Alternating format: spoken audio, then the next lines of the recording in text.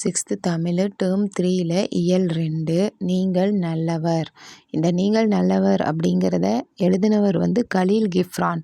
Khaleel கிஃப்ரான்கிறவர் Lebanon நாட்டை சார்ந்தவர். அதை தமிழில் மொழிபெயர்ப்பு செஞ்சவர் புவியரசுங்கிறவர். தமிழில் மொழிபெயர்ப்பு செஞ்சவர் புவியரசு. கவிஞர்கள் வாழ்வின் பொருளை உணர்த்தும் உயர்ந்த சிந்தனைகளை கூறியிருக்காங்க. வாழ்க்கை பின் திரும்பிச் செல்லாது, நேற்றுடன் ஒத்துப் போகாது. கொடுப்பவரின் பரிசுடன் அவருக்கு சமமாக எழுங்கள், சிறகுகளின் மீது எழுவது போல. உழைக்கும்போது நீங்கள் புல்லாங்குழலாகி விடுகிறீர்கள்.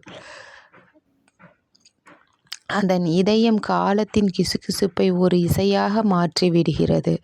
உங்களுக்குள் இருக்கும் நன்மையை பற்றிதான் நான் பேச முடியும், தீமையை பற்றி அல்ல. உங்கள் சுயத்துடன் நீங்கள் ஒருமைப்பாடு கொண்டிருக்கும்போது நீங்கள் நல்லவர்.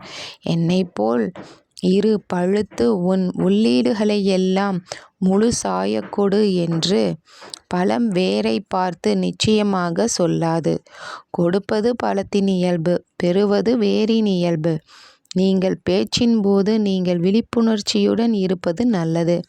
உறுதியாக கால் பதித்து உங்கள் குறிக்கோளை நோக்கி நடக்கையில் நீங்கள் நல்லவர். கலீல் கிஃப்ரான்.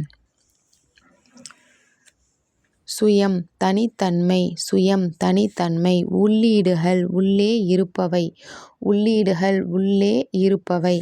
கலீல் கிஃப்ரான் லெபனான் நாட்டைச் சார்ந்தவர். கவிஞர், புதின ஆசிரியர், கட்டுரை ஆசிரியர், ஓவியர்.